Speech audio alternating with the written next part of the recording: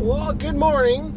I was talking and came across a friend of mine that I work around, and they had a person that is interested in DoorDash, and I told them to get a hold of me in case they have any questions.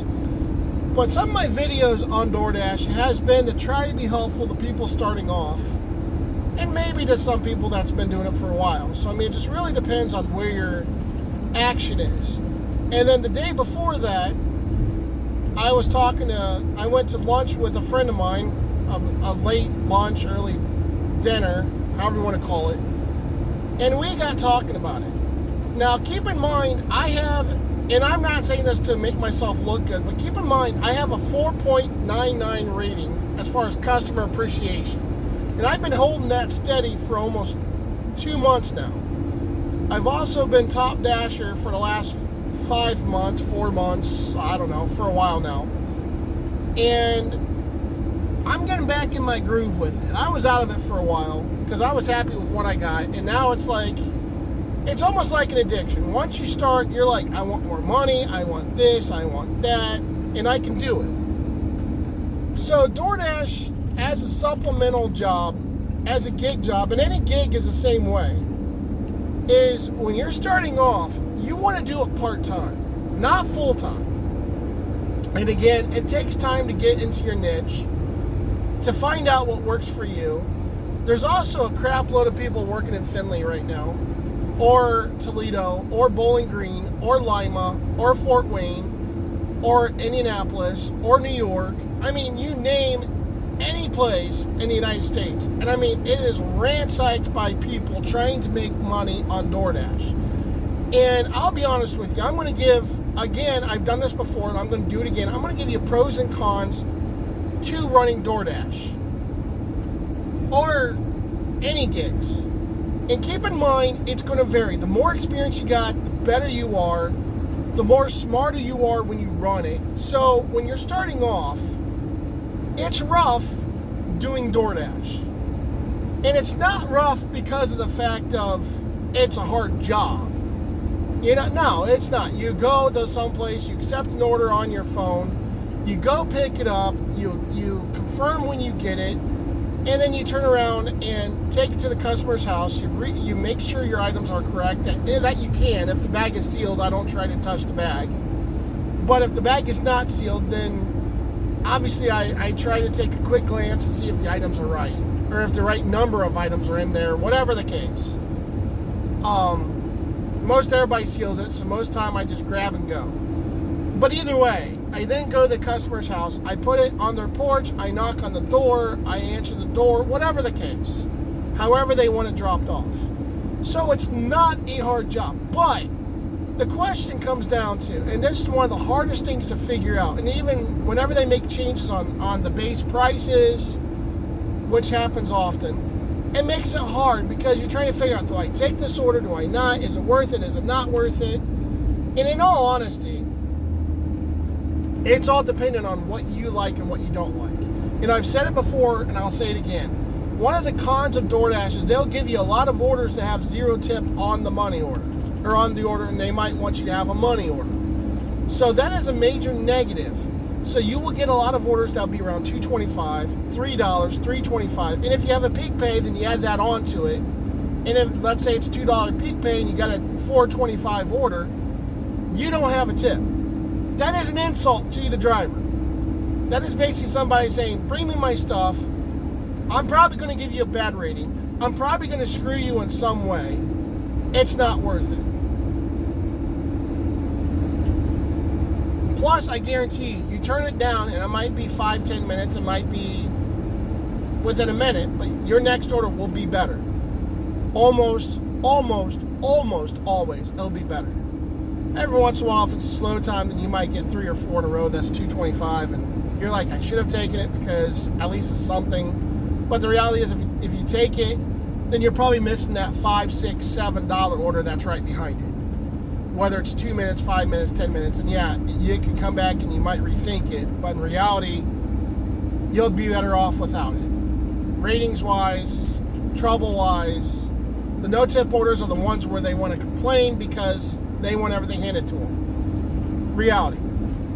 a pro to it is the fact that, I mean, it's real easy if you do it right during supper and during lunch, especially just when it's really busy, which is your peak times. You have a very easy time making $20 plus an hour. And again, it comes down to knowing when to really run. On a Friday, it could be all day. On a Friday, it could be when it says when it's very busy on the app. I mean, it really depends. But it's very easy if you know what you're doing. And again, it's more on what orders to accept, what orders not to accept, how far the distance is, how to look for all that stuff. It's really easy to tell. It's really easy to make that money. But again, I've also done this for 6 years. I've got a 5-point rating, and that's really extremely hard to get. It's 4.99, but I've got 1 4-star, and the rest are 5. So that takes time and effort and knowing how to really play the system to make it work for you. Another con, and this can also be a pro, is their customer support is second to none to being the absolute worst. There's times you have to call 4, 5, 6 times, and you're frustrated as all get out because they just don't want to work with you. And I can make video after video after video on how frustrated I am with the customer support. When you get the help, though, and this is where the pro is, when you do get the help, you can find people that will go way above and beyond what their job is to try to help you out. When you get those, it makes it worth it. But the con is it takes forever to get to that point. Another con is if you're trying to make this your primary job, and during the pandemic, mind you, that was a little different because everybody was ordering out. So that's one of those times where you get on, you can make money right now, right here. But for everything, the pandemic came to an end. And that's bad for people. So as a con, if you're making it your primary job from the start, don't. No. Again, trying to figure it out. Get your niche done. I went 2 years part-time around all these other jobs. And I was able to use it to maximize my tax returns with the mileage. And again, that's a pro I'll get to in a minute. But I maximized my time with it because I did a job. I worked down an hour away from where I lived. 45 minutes, 50 minutes, something like that. But I lived that far. And as soon as I turned on the app, as soon as I got off and did an order, all that mileage is now a tax write-off. So again, knowing how to use it to your advantage is something you have to learn. It's a con and a pro again together because it takes time to figure it out. But to be honest with you, if you do one order and you have a long drive, you go on vacation. Let's say you live in Michigan. Ann Arbor. You live in Ann Arbor. Just a name off the first time I can think of. And you live in Jackson Township. There you go. That's one that's not a big place. But you live in Jackson Township. There's not really any towns there. But you go down to Miami, Florida, and I know a guy that does this all the time. But you go down to Miami, Florida for a vacation. You go to Daytona Beach. And you run a couple DoorDashes. That whole drive is a tax write-off. Because you're going to work. But, again, you need to talk to your tax accountant too. Or a tax accountant to ask questions and get to know knowledge on what to go for, what you can write off. I can give a whole bunch of tips on stuff you can write off, but realistically, you still have to have proof. You have to have receipts. It's a science almost, and you want to make sure you're almost check for check exact. Anymore, and that's one of my cons is whenever I go someplace to eat, whenever I go to a store, whenever I get gas, whenever I go on vacation, whatever I do on vacation, I'm using my card. Why? It's in my bank account. I keep receipts. Why? Because I have physical proof.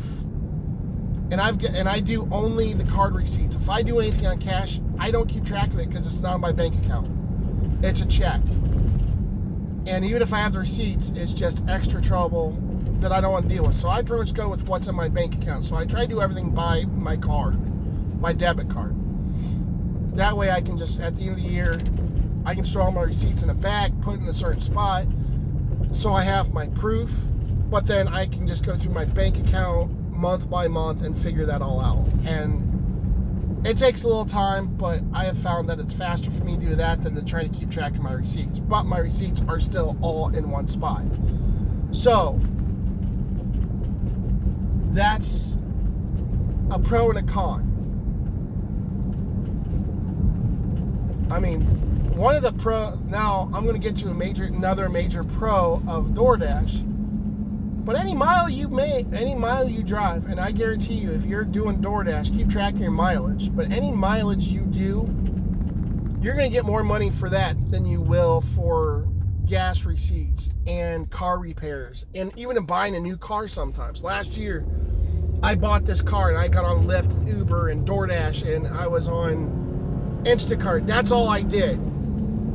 And I could write off a lot with my car. Car repairs, tires, brakes, gas, insurance, all of it. I could write off a whole slew of things. But the reality is that mileage, it pays, I believe, 69 cents a mile. And I was a trucker, so I know this from experience. But that mileage really, even though it doesn't sound like much, 69 cents per mile, at the end of the year, you're at 40,000 miles driving your car minimum. I had 78,000 miles last year. That's taking out the percentages I needed to say I was not driving for that percentage. And I made enough where I still came out positive on my tax return. Now, there's a lot of things you can write off. Your phone, if you're at home, a little bit of your internet. Usually they don't include it, but if you do, you can write off a little bit of your internet. Your groceries, to a percentage. You go out to eat. You get with a friend and you're talking about DoorDash. It's a business expense. You take your daughter out with you and you eat with your daughter while you're DoorDashing. It's a write-off. I get food while I'm on the road. It's a write-off. I go to a gas station and I get a phone charger because my phone charger got soaked in coffee. It's happened. It's a write-off.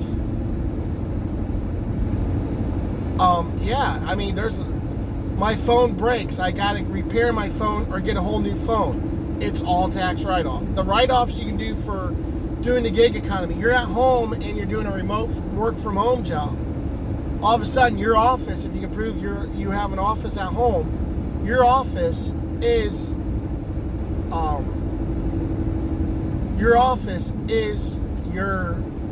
your home is a tax write-off because of your office. Your cable, your internet, your whatever the case. You make money, it's all tax write-off. It's amazing. But again, if you're expecting to jump in, make a bunch of money, be gold right from the start, it's not going to happen. There's a lot of people that jumped on the DoorDash, thought they'd make a bunch of money because they hear other people, and it's one of those things where it's true, where they say, oh, I made $30 an hour, I made $45 an hour. You know what? Those people have experience and know how to play the system to make it work for them. You jumping into it fresh from scratch, you might be able to make $20 an hour here and there. But you're not going to know what to accept, what to turn down, what to do, how to maximize your time and how to be fast with it, how to use your phone to your advantage. There's a lot of factors you're going to struggle with for the first year even. Some people can catch on really quick and can make do with it. I had a friend of mine that was really frustrated because he would get on these other apps in DoorDash and he would get bad reviews because he took too long. and maybe it was a contract violation because, you know, he got to the store later than what they wanted to be, which if you're a couple minutes late, it doesn't matter. They can give you a contract violation for the most obscene, stupid things.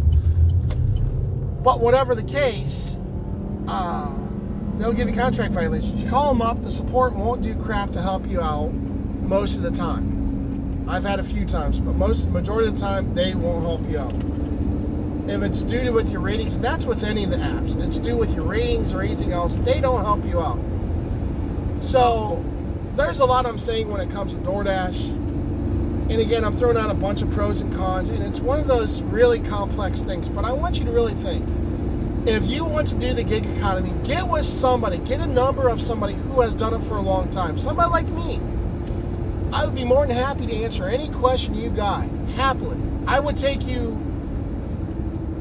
on the road with me, but I use my phone for my camera and to go back and forth. I'm almost going to do 100 videos for the same video, and I'm not very good at editing my phone into one video. If I had a camera, I could pause, record, whatever. But knowing the fact I use my phone for my recordings, like right now, it's on a cradle in my car. I'm not touching it. I've got a little light on the passenger side. I think that's a better lighting, even though it's a shadow. But you know, I've got a hands-free system. I'm driving, I'm doing a recording. Again, something I have picked up. It's all tax write-off. I got it to work for me. I would love to have it on my dashboard, so that way whatever I view is right there. It doesn't happen, but you know, I'm trying to be helpful. And I'm always willing to answer any question. Just ask. When it comes to DoorDash, I'm more than happy to answer any question. And a lot of people will call me up, text me, or ask me in person because they know me personally. But I've had a couple people that have texted me through information, or I've given them emails to text me or to message me through email. Whatever the case, whatever works for them. But you have questions, I'm more than happy to answer. But there's a lot of pros and a lot of cons of doing a gig economy. And honestly, like I said, if you have a job and you want to quit so you can go to DoorDash full time, it's a gamble. And it's probably a gamble you're going to lose at first. Time and effort, knowledge, experience, that all comes in time. But if you're expecting that right off the bat, it's not going to happen. My first year, I think I was averaging $200 to $300 a month or a week, and I thought I was running good. But I was also running when I was able to. I wasn't top dasher, so I could only run when it let me. But I did it with another job, so it didn't bother me. I had shoulder issues. I had surgery. I needed an income. It gave me enough income to get by with other jobs I picked up because of my shoulder. Now I do different things full time. That's all gig economy, all independent contracting is what it's called. And I'm not rich by any means, but I get by real easy. I can afford stuff I never could afford before. I'm not living in luxury, but I'm not hurting either. But again, I've done it for 6 years. I've got a 4.99 rating. First time in my life since I've started. And I've had to restart a couple times with my account for whatever reason. But I've got a 4.99. In 6 years, this is the first time I've done it in 2 months in a row. Much less a couple weeks in a row. And it's consistent. So when I say I have experience and I can do it, my friend finally started listening to me. And not that he wasn't before, but we share a lot of our knowledge together. He's given me tips. I've given him tips. And when it comes to customer support, he's sitting there saying, well, I don't understand this and I don't understand this. Why are you able to do so much better? And I said, here's the little things I do with the customer. That makes a difference.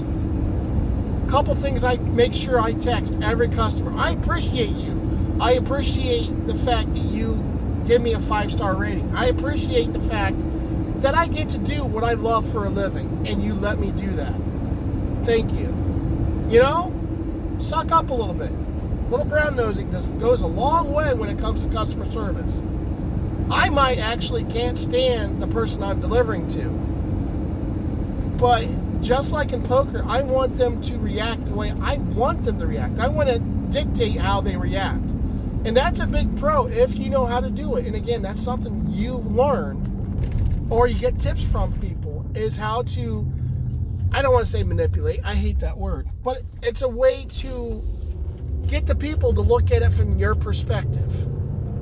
You know, the restaurant's waiting for response. They stopped waiting. They're giving you your drink. They're out of this drink. They're just giving you this. I hope you're okay with it because the store says I don't have an option. Maybe I walked in, I'm not getting a response, so I tell them to go ahead and make it a Coke instead of a lemonade because they're out of lemonade. I tell the customer, and I'm being honest here, I tell the customer the store decided for me, but I mean, I also waited for a response and didn't get one. That's another con. And I'm going to end with this one. A con is a lot of times when you need to get a hold of that customer, they will not respond. Calling, texting, no response. Why? I have no idea. But that's my pros and cons, kind of in a nutshell. That's a lot of information to cover that I covered. And some of it might be just a little bit jumbled. But I want you guys to be as educated as possible. And again, leave me any questions. When it comes to DoorDash, again, I'm Top Dasher. The majority of the last 2 years, I have been Top Dasher almost every year. Every month for the last 2.5 years since I've been full-time. There's a couple months I wasn't, and that's because I wasn't focusing on DoorDash and didn't care. But when I really focus on DoorDash enough to be Top Dasher, I get it every time without question now. And like I said, my overall rating for the first time in my life for the last 2.5 months is 1/100th of a way from being a perfect score. I have 1 4-star, the rest are 5. So that should tell you something. Anyway, you guys, give me a thumbs up. Yee! Like, share, and subscribe. Leave me questions, comments, ask me anything. I will more than happily answer. You guys be blessed and have a great day. Hopefully this video helps. Leave me your thoughts.